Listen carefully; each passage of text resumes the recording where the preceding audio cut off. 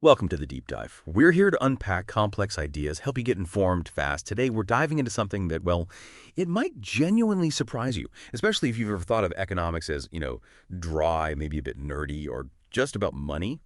We're exploring this core tension, how economic principles, often dismissed, sometimes even attacked, are actually really vital to understanding, and maybe even solving some of the big social and cultural problems that people are most concerned about. Our deep dive today comes from a really interesting discussion found in the YouTube video transcript. It's called Austrian Economics in the Age of MAGA Tom Woods. And it digs into some potent critiques of economics from, let's say, a specific viewpoint. Right. And our mission today really is to shine a light on how what looks like a dismissal of economics, well, it actually overlooks this powerful toolkit that economics offers. And this isn't just abstract theory, right? This toolkit can genuinely illuminate ways to address some really deep-seated issues. Things like family stability, community health, and, I mean, look at the soaring cost of housing. That affects so many people right now. We're going to try and connect quite a few dots today that might seem pretty unexpected at first glance. Okay, yeah, let's unpack this then. The source material brings up a fascinating contrast, historically speaking. Think back to the Ron Paul movement. That was, it was heavily focused on economics, wasn't it? Oh, absolutely. Deeply. People were actually buying these huge, like 900-page economics books. Yeah. Human Action, for instance. Because Ron Paul urged them to. The demand was apparently so high. One institute mentioned clearing out old editions just because they couldn't keep new ones in stock. That's serious engagement with theory. Exactly. A real appetite for economic ideas. But then you fast forward to, well, the current political landscape, particularly certain movements that have emerged more recently. And even though there are huge economic issues on the table, tariffs, trade, all that, there seems to be less emphasis on, deep economic theory.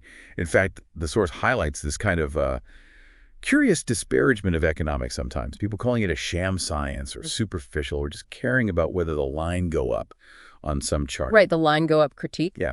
It's often painted as something for point texters, overly intellectual types. And there's this call instead for men of action. And what's really fascinating there is the specific critique coming from folks identified as traditionalists. Yeah. Their view, as presented, is that the free market itself is like an outgrowth of the wicked Enlightenment. That's strong language. Wicked Enlightenment, wow. Yeah. And the idea is that it reduces people to just mere atoms, stripped of their social identities, only caring about material stuff. They argue pretty profoundly that these so-called economic laws are just phantoms, things you can and maybe should ignore if you want a certain social outcome. The core message seems to be, look, there's more to life than just a higher GDP. Which, on its face, sounds reasonable, right? Who would disagree? Sure. But then they advocate for these men of action. And here's the critical point the source makes. If these men of action don't actually understand economic principles, well, then just doing something can often make things much worse than doing nothing. We apparently saw examples of this during some of the economic interventions around COVID. The unintended consequences could be pretty severe. Okay, so this brings up a really important question then. Are economists really obsessed with just one number, like GDP? Are they actually blind to these broader societal values, like the critics suggest? The stereotype of the cold, calculating economist. Yeah, that's a really key point to clarify, because honestly, the idea that economists, especially certain schools of thought, are obsessed with GDP is, well, it's just not accurate. Economists, particularly in the Austrian tradition that the source focuses on, have been pointing out the major flaws in GDP for a long, long time. Like what sort of flaws? Well, for one, it includes government spending. But that spending is financed coercively through taxes. So we can't really know if people actually value those goods and services because they didn't choose to buy them voluntarily. Ah, okay. The value isn't tested in the market. Exactly. And maybe even more importantly, GDP only counts final goods, the stuff consumers buy at the end. It completely ignores this massive chunk of economic activity, Right. all the intermediate goods. What falls under that? Things like raw materials, manufacturing, all the complex supply chains that make the final goods possible. And get this, these intermediate expenditures amount to almost twice what consumers actually spend. Twice. Yeah. So ignoring that gives this totally false impression that consumption is what drives the economy, which is like a fundamental misunderstanding. You can't just consume your way to prosperity, right? Yeah. Real growth has to start with production, with investment, saving. Okay, so GDP is flawed. But what about that other perception, that economics is just about cold, hard efficiency, getting the most output for the least input, maybe regardless of other costs? Yeah, that's another common one, but again, especially within the Austrian school, that's not the focus. Murray Rothbard, who's a major figure here, explicitly ruled out efficiency as the main criterion for policy. Really? What have he put first then? Ethical principles, things like justice and, crucially, property rights, those have to be the guide. This is actually a pretty big contrast with some other approaches you might see. Think about that classic example economists sometimes use, a train throwing sparks that burn a farmer's crops. Okay. Some economic perspectives might say, well, a judge should decide based on who can maximize overall wealth, even if it means the farmer loses out. Sort of a cost-benefit analysis. Right. The greater good argument, maybe? Kind of, but Austrian economists would typically lean much harder on strict liability. The farmer's property was damaged, their rights were violated. That's the primary concern, not some abstract calculation of total wealth. So this idea that all economists just want efficiency above all else, or ignore rights, it's really a mischaracterization. Okay, and what about the other big critique? Yeah. That economists see people as just, isolated atoms. Interchangeable cogs only connected by money. You hear that a lot, that economics strips away the human element, the community aspect. That's another really profound misunderstanding, honestly.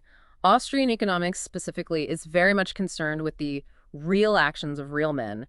It absolutely acknowledges how complex people are. We're motivated by what they call psychic income, which isn't just money. It includes everything that contributes to our well-being. Like what? Job satisfaction, family ties, community involvement, spiritual life, all of it. It's not just dollars and cents.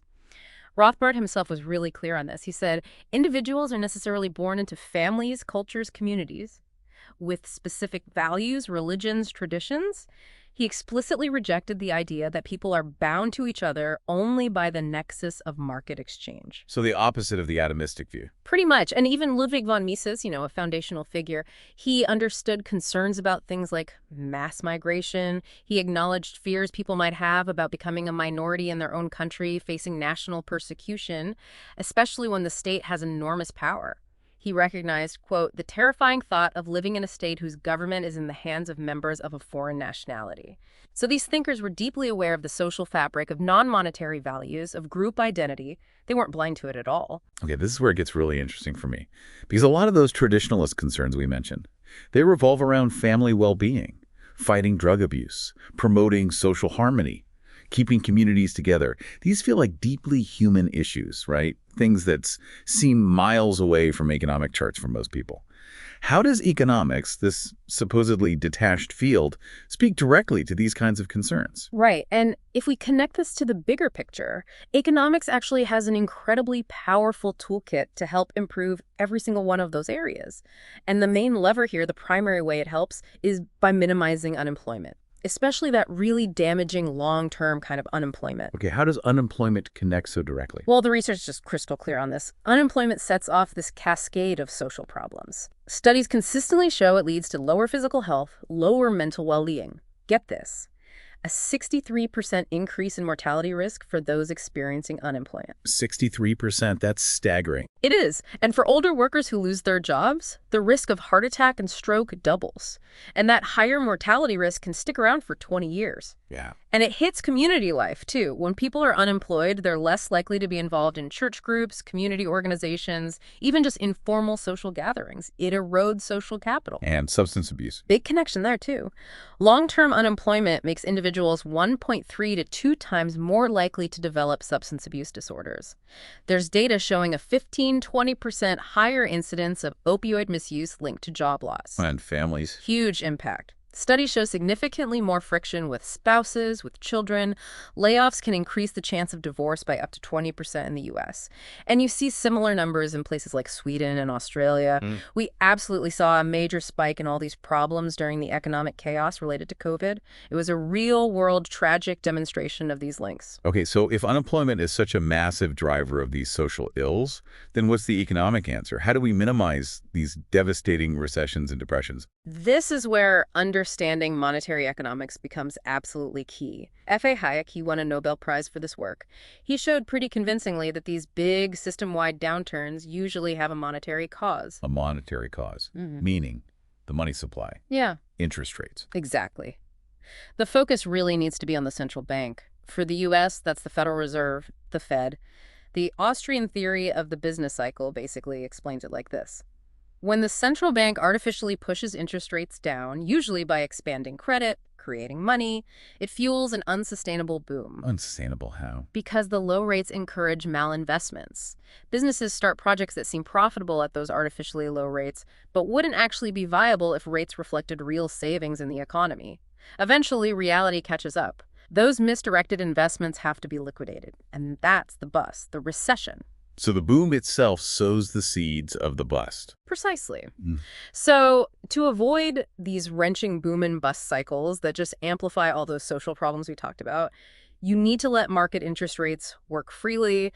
They need to reflect genuine savings and investment preferences, not be manipulated by a central authority. It's really a fundamental misunderstanding to think people like, say, the Fed chair, Jerome Powell, are just being stingy when they raise rates, or to think that prosperity can just be created by pushing some magic button of intervention. That sounds like a critique often leveled at the political left, that sort of interventionist impulse. It often is, yeah. But the source suggests some on the right mistakenly adopt that same mindset, whereas true conservatives, maybe in the vein of Richard Weaver, tend to be realists. They recognize there's a sort of natural order of things, including in economics, that you can't just arbitrarily override with government action or central planning without consequences. And inflation, that is tied into this too, right? The effects go way beyond just noticing higher prices at the checkout. Oh, absolutely. Inflation has really profound corrosive effects on society. First off, it massively discourages saving. I mean, think about it. Even the Fed's target of 2% inflation per year. That means your savings lose about 30% of their purchasing power over 20 years. 30% just vanishes. Gone. Poof. And this subtly forces ordinary working people who maybe don't have investment savvy, into taking risks they don't understand. They feel like they have to get into the stock market or whatever just to try and keep their head above water to preserve their wealth. That creates anxiety, I'm out. A ton of anxiety. And it diverts mental energy. People spend more time worrying about money, less time on maybe more fulfilling things. It can push people towards higher paying careers they don't actually like, just for the money. It fosters materialism. And ultimately, all this erodes family and community ties. Financial stress becomes dominant. Community loyalty might weaken. Societal values can shift. And just to be clear, what's the primary cause of that general broad inflation? According to this economic perspective, it's primarily the central bank's actions increasing the money supply. It's not primarily caused by, say, high oil prices or government spending itself. Those things might redistribute wealth, change relative prices, but unless the government spending is financed by the Fed creating new money, those factors alone don't cause sustained, across-the-board price increases if the money supply stays constant. Okay, let's pivot to something super tangible, something incredibly frustrating for, well, a lot of younger people and families right now. Housing costs. Home prices are just out of reach for so many. This is a huge barrier to starting families, putting down roots, things those traditionalist thinkers are often very concerned about. What does economics offer here? Is there a path to affordability? Yeah, it's an issue that just feels overwhelming, doesn't it? But economists actually have some remarkably clear insights here. It is, as the source notes, kind of ironic that many critics of the free market weren't exactly overjoyed back in 2008 when housing prices actually fell sharply, and then actively supported policies to make them expensive again. But setting that aside, if the concern about affordability is genuine, economic analysis points towards a solution that might sound surprising, but it's powerful. Deregulation. Deregulation of housing? Yes. Brian Kaplan, an economist, makes this case compellingly in his graphic novel, believe it or not, called Build, Baby, Build. He argues that full deregulation of housing could slash home prices by, get this, 50%. Even adjusted for inflation. 50%. Half. That sounds almost unbelievable. It's a huge number, but the argument is that it would address the core issue driving up costs. And think about the side benefit. Achieving that would also create a ton of good jobs in construction and manufacturing, things critics often say we need more of. Okay, 50%. How could just deregulation achieve that? What's being deregulated? It sounds too easy. Well, it sounds simple because the core problem, according to this analysis, is relatively simple. It's artificial scarcity created by regulation. The biggest cost component in new housing often isn't the lumber or the labor. It's getting permission to build in the first place. Bureaucracy and red tape. Exactly. navigating these incredibly complex zoning laws. Laws that often mandate only single-family homes can be built in vast areas. They limit or forbid multifamily housing, like apartments or townhouses. They restrict high-density developments, like taller buildings. They impose minimum lot sizes, forcing people to buy more land than they need. They mandate excessive parking spaces for apartments or businesses, even if public transport is good or fewer people drive. So all these rules just limit the supply of new homes. Drastically limit it. And on top of that, you've got huge amounts of land, especially out west, owned by federal and state governments that's just kept off the market entirely, further reducing supply. Now, the interesting thing is there's actually broad agreement among intellectuals across the political spectrum, really, that these kinds of land use regulations are counterproductive, even anti-human. There's consensus they should be removed, but very little actually gets done about it. So the knowledge is there, but not the political will. Seems to be the case. It's a classic example of where intellectual agreement doesn't translate into action, and the result is that it directly stops people, especially young families, from affording homes and building stable communities. Wow. So it really seems like dismissing economics, seeing it as this trivial, abstract thing about numbers, isn't just wrong. It actually gets in the way of achieving the very social goals many people care about most. Family, community, stability. It seems almost counterproductive. Precisely. Yeah, if we tie this all together, understanding how the world works through sound economic principles is, well, it's indispensable. You can't ignore it. It gives us the tools to actually mitigate some of these really deep-seated social problems that worry us all, whether it's the damage from unemployment, the health impacts, the relationship stress, or the erosion of family ties from financial pressure, or the housing crisis blocking young people. Good economics, especially the kind of insights highlighted from the Austrian school in our source, can help us avoid these well-intentioned interventions that seem good, but end up creating false prosperity, only to set the stage for even deeper problems down the road. They can intensify the very issues they claim they want to fix. So ultimately, these despised and maybe rejected economists, they're far from detached from reality. They're not focused on trivial things. They actually have incredibly important, indispensable things to say about the real troubles that ail us. Their insights into human action, incentives, unintended consequences. They're profoundly practical for building better lives and stronger communities. It leaves you with a thought, doesn't it? Perhaps the most profound solutions to some of our deepest social challenges. Maybe they don't lie in grand top-down plans or dismissing complex fields like economics. Maybe they lie in actually understanding and recognizing the subtle, often unseen workings of human action and incentives right here in our own lives and communities. Something to think about